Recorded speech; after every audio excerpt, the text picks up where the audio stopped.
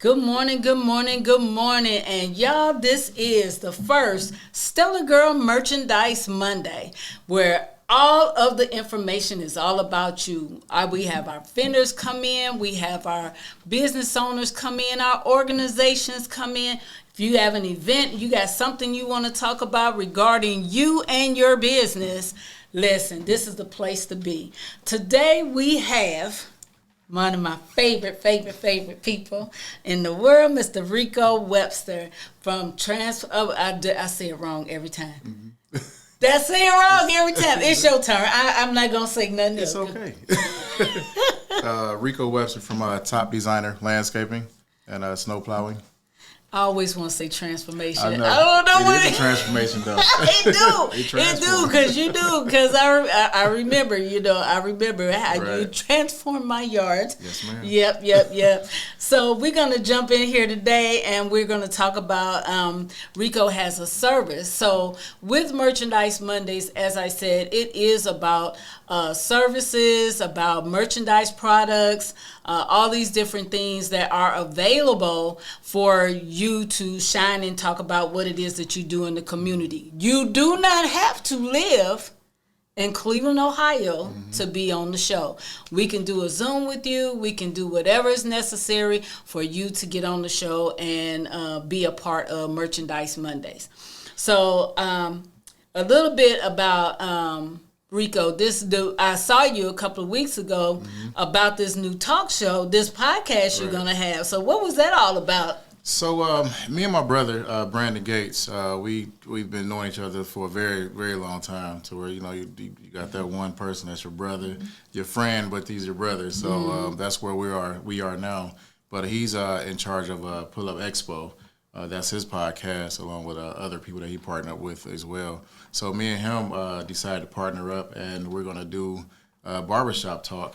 And it's not just your average barbershop talk where we just talking about, men talk. We're pulling up, and we're going to have speakers come in. We're going to have young men, young women, parents bring their kids in, troubled youth and everything else is involved in the community, to where we can actually, navigate the two and put them together, to where we can see if we can put them together and just get the community involved. So that's where we are at right now.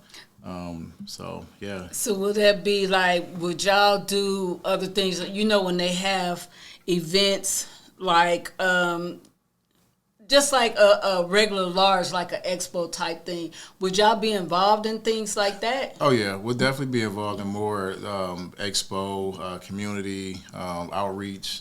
Wherever we get our hands on the youth, that's where we want to be. Yeah. So this summer, I think a lot of stuff needs to start popping. Yes. We had a very light winter this year. Hopefully we'll have a nice dry summer so we can be involved in a lot of different things, because y'all know Stella Girl is always someplace all the time. I'll pull up. So more so about your lawn service, are you still doing residential, or So we are actually doing residentials. It's not just commercial. We done got into the commercial side of things now, so we are doing residentials as well. Okay. Do you need some more people to come help you, sir? We can always take on, more help. So yes, we do. Preferably, we're taking on the older, but we're also taking on younger as well. As you see, my son. I don't even want to talk about that little man. When, like I said, the first time I saw him on the video, what is that thing? The stand-up lawnmower. Yeah, you had to stand up more. It's a 48, 52-inch stand-on. It's normally, you catch on with, for 6, 7, 8-year-olds, it's pretty amazing for them to catch on. Listen. That young man can cut some grass. Yeah. I remember the first time he was 6, right? When he first started. Yeah. I was like, okay, we making memories. We growing them up in the business. And, it's one of those things, like you said, it's not just cutting grass. it's more into it than that. And when you got into the commercial side, I was just so proud. I was just Thank you. proud because when we met y'all, somebody had referred him to me, and he pulled up. Okay, I said he pulled up. This handsome black tall man steps out of the truck. I was like, "Whoa, hold on!" Thank this you. tall glass of water, and he had two people with him. Over here.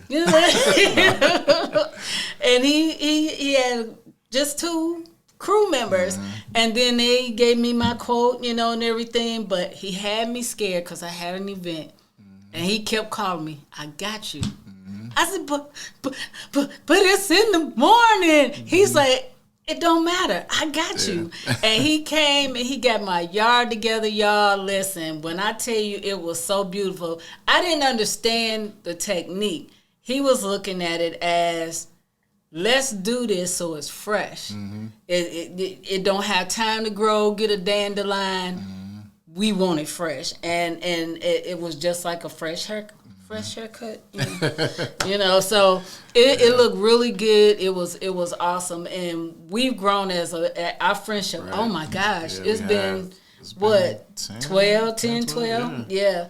And we have a lot of different things that we support each other on, and it's like this my boo in real life. This my boo. It's like we just enjoy each other's company, and we know that in business you have to have allies, and you have to have somebody you can talk to. Right. So that's the great part. So jump in there a little bit more about your journey and everything. Okay. So it has been a journey. It's been. So basically, I'll tell you where I started at. So we started at 13, 14, just cutting yards, doing just regular. With my godfather, he taught me how to do, landscaping, running water lines. He worked for the water department. So we were digging holes, pushing water lines for this, residential. So me and my best friends. So it started there. Then it got into landscaping. Then it got into a little bit more in depth to where we were like, we can make some money with this. It's just like anybody else. You got a vision. You start looking into the future. Ahead. So we started doing that, and then finally, I had this plan to where I'll just go to the military, get the money that they give me, come back and just start what I want to start. And that's where Top Design Landscaping started. Working at odd jobs here, working with the state as a juvenile correction officer, then became a cop, and there's like all this other stuff. But I always knew that landscaping was my out. So to me, it's an out. So started doing that, and then one day I just said, you know what, I'm ready to quit. Right. I'm ready to quit my police job. Then I started looking into it, and finally one day I just said, I'm done. I quit, and that's where Top Design Landscaping. It was always going while I was working, but it just was to the point where I was able to make the decision, and I made a decision, and I quit. So when you and you can tell the listeners about this one, or viewers, or however, when you made the decision, how did you decide once you made the decision, how did you prepare to walk away? So with the decision that I made, I always prepared for it. It was more, and of course I was scared. Yeah, if you ain't scared. Yeah. So you was, used to making this 9 to 5 money and, guarantee money. But, of course, like I said, I was scared.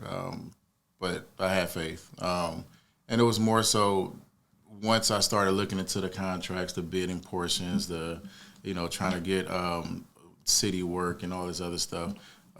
That's when I was like, okay, I could do this, and it was a process. We can talk about that later. Yeah, it was definitely a process. Going into it. So finally, and of course you had, you got the bosses of, everybody in your ear, and you tired of this, I'm tired of that. So it kind of like helped me make my decision. Yeah.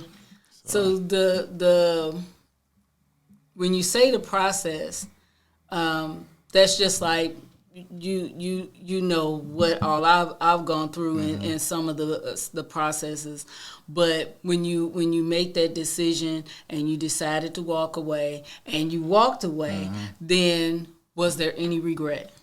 No, I don't regret it to this day. I mean, of course, we have our ups and our downs. We look for more ups than downs, of course, but. You got days where you come in where it's just you working, but that was back then. Right, so right, now we right. got it we got it kind of like down.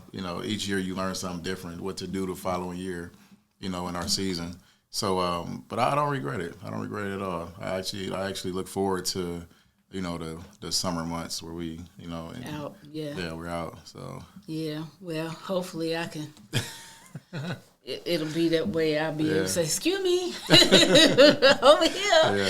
Yeah.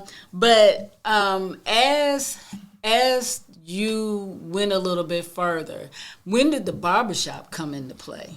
So the barbershop came into play. It was it just came out of nowhere actually. So it was. I always wanted a barbershop. We like I said back then we were little. We would write this stuff down. We want to do. I want a clothing store. I want a barbershop. I want this. I want that. So the opportunity came upon it kind of like fell in my lap. I was getting my hair cut at the shop, and the guy was like, "Man, I'm about to sell my shop." I was like, "How much?" So we we bargained and we talked and we came up with a number and. Hey, from there it was like, all right, I want it. It's funny because I think that on one of the shows I asked you, so are you a barber? I'm not a barber. I'm not. I can line myself up. I can do that, but I'm not a barber. I guess that comes into play where you give opportunities to other people to make their name known as barbers and stylists and stuff like that. Right. Yeah, but I'm not a barber. I would never say I am. No, but it was funny because I remember when you told it to me, I was like, so when was you going to tell me that's Right. what you do? Right. Because at that time I still had a little hair. Yeah. But at the same time, there was that lineup. There was that, let's get this, let's get that. I was willing to let people practice, But I was just in awe of how you did things and your movement. I was like, I want to learn how to move like that. But at the same time, it was more so of giving me of step out there. Don't be afraid to step out there. I create a lot of different things, but at the same time, I watched your movement, and that helped a lot because when you've seen a person start off over here and then watch the progress, it's like, okay, I can do this if I set my mind to it and I want to. And just as you with the regular 9 to 5. Even though I was downsized, I was already planning my exit. Yeah. It was like, how do you do that? How do you let go of that guaranteed versus your own? Right. Yeah. I mean, like I said, it was definitely a process. And I mean, I can tell you the process. I'll share with you. So we, I was working at the sewer district, and I had contracts or small contracts here and there, but it was one particular time where I had.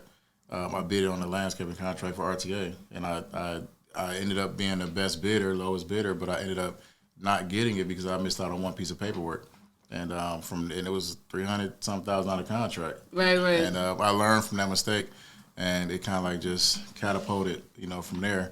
But I was watching these other contractors come in and bring their paperwork in, and I'm just sitting there critiquing what they're doing. And it was the same thing that I'm doing, but they're just on a bigger scale. So. It kind of like made me look at them and say we could do the same thing. I could do the same scale of work that you guys are doing. And that's what happened.